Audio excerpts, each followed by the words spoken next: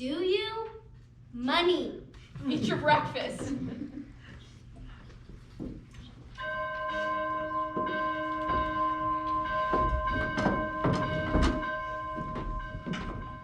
Mama, there's the first bell. I don't want it anymore.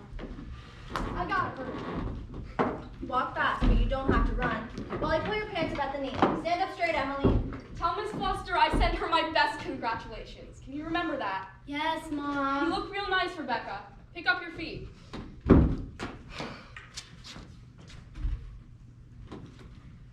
Here, chick, chick, chick, chick. No, go away, you. Here, chick, chick, chick, chick. What's the matter with you? Fight, fight, fight. That's all you do. You don't belong to me. Where'd you come from?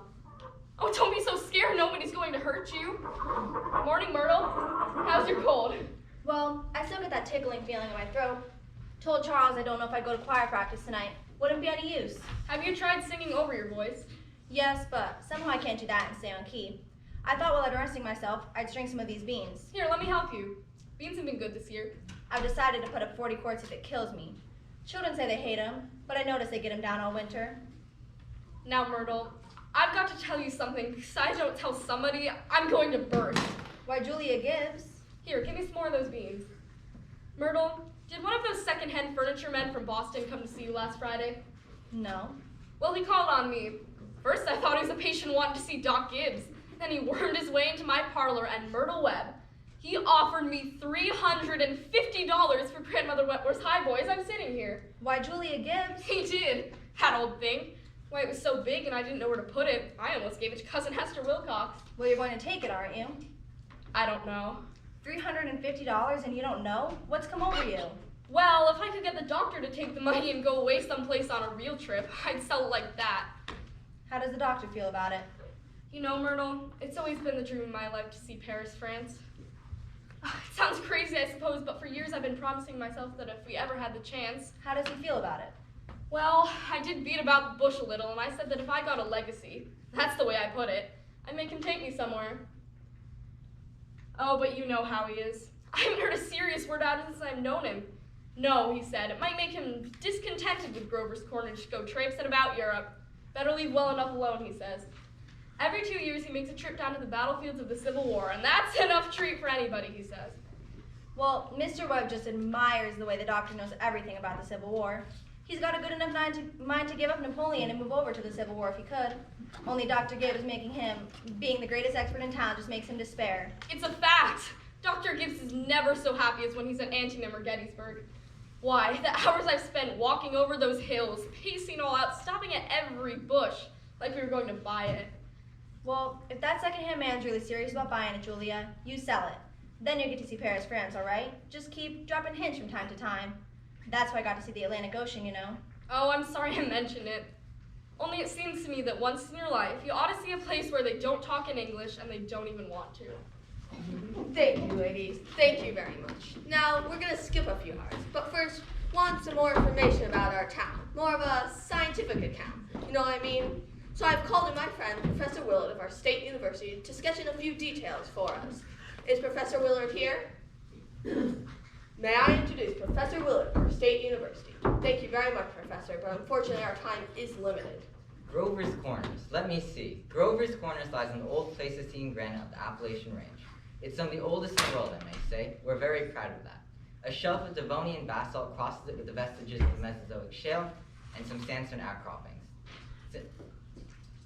Some sandstone outcroppings, but that's all more recent. 200, 300 million years old. We're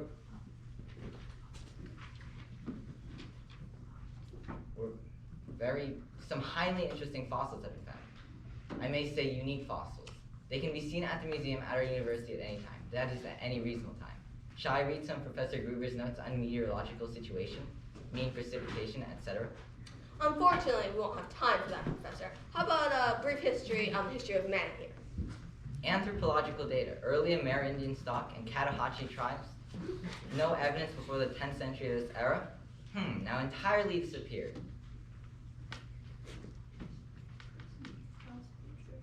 Possible trace in 3 different families. Migration toward the end of the 17th century of English brachiocephaloid stock.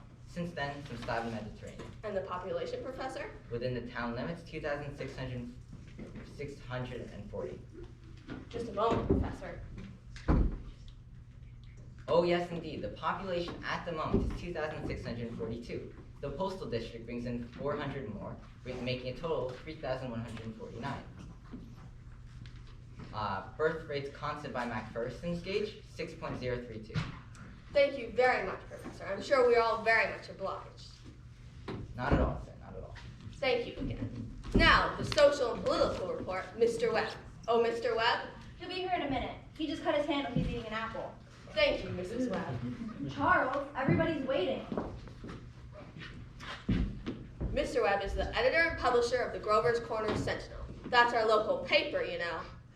Well, I don't have to tell you that we're run here by a board of selectmen. All males vote at the age of 21. Women vote indirect. We're lower middle class, sprinkling of professional men, 10% illiterate laborers. Politically, we're 86% Republican, 6% Democrat, 4% Socialist, rest indifferent. Religiously, we're 85% Protestant, 12% Catholic, rest indifferent. Have you any comments? Very ordinary town if you ask me. A little better behaved than most, probably a lot duller. But young people here seem to like it well enough. 90% of them graduating from high school settle down right here to live, even when they've been away to college. Is there anyone in the audience who would like to ask Mr. Webb a question about our town? Is there much drinking in Grover's Corners? Well, ma'am, I don't know what you call much. Saturday nights, the farmhands gather down to Ellery's Green Owl and holler some.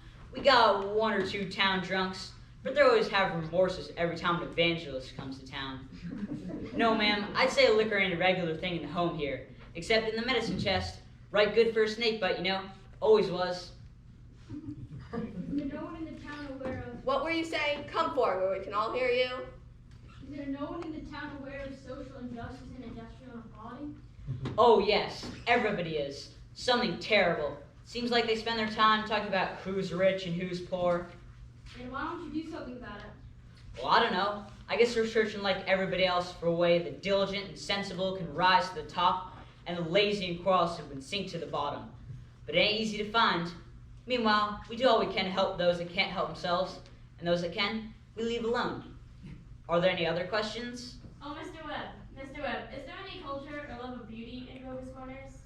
Well, ma'am, there ain't much. Not in the sense you mean. Come to think of it, we got a couple girls that play the piano down at high school commencement. But they ain't happy about it.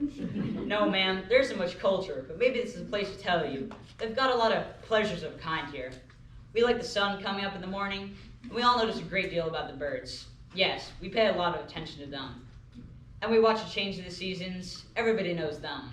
But there's other things. No, ma'am, there ain't much. Robinson Crusoe in the Bible, and Handel's Largo, we all know that. And Whistler's Mother, those are just about as far as we go. So I thought. Thank you, Mr. Webb. Thank you, Mr. Webb. Now, back to our town. All 2,642 have sat down and had their dinners, and the dishes have been washed. There's an early calm in our town, a humming and a buzzing coming from the schoolyards. There's only a few buggies on Main Street, and the horses are dozing in their hitching posts. You all know what it's like. Doc Gibbs in his office tapping people and making them say, ah. And there's Mr. Webb cutting his lawn. 1 man in 10 thinks it's a privilege to cut his own lawn. No, it's later than I thought. The children are already coming home from school. I can't, Lois. I've got to go home and help my mother. Emily, walk simply. Who do you think you are today? Oh, Papa, you're terrible. 1 minute you're calling me names, the next you tell me to stand up straight. I just don't listen to you. Golly, I never got a kiss from such a great lady before.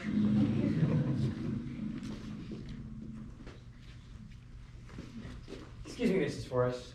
Go out and play in the fields, young man. You have no business playing baseball on Main Street. Why, I'm awfully sorry, Mrs. Forrest. Hello, Emily. Hello. You made a mighty fine speech in class today. Thank you. I was really ready to talk about the Monroe Doctrine, but at the last minute, Miss Corcoran made me talk about the Louisiana Purchase instead. I worked an awful long time on both of them. Gee, it's funny, Emily. I can just see your head up in your window on nights when you're doing homework up in your room. Why can you?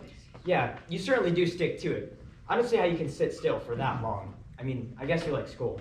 I always feel it's something you have to go through. Yeah? I don't mind it, really. It passes the time. Yeah. Emily, what do you say? We make a kind of telegraph system from your window to mine, and every once in a while, you would give me some help with one of those algebra problems.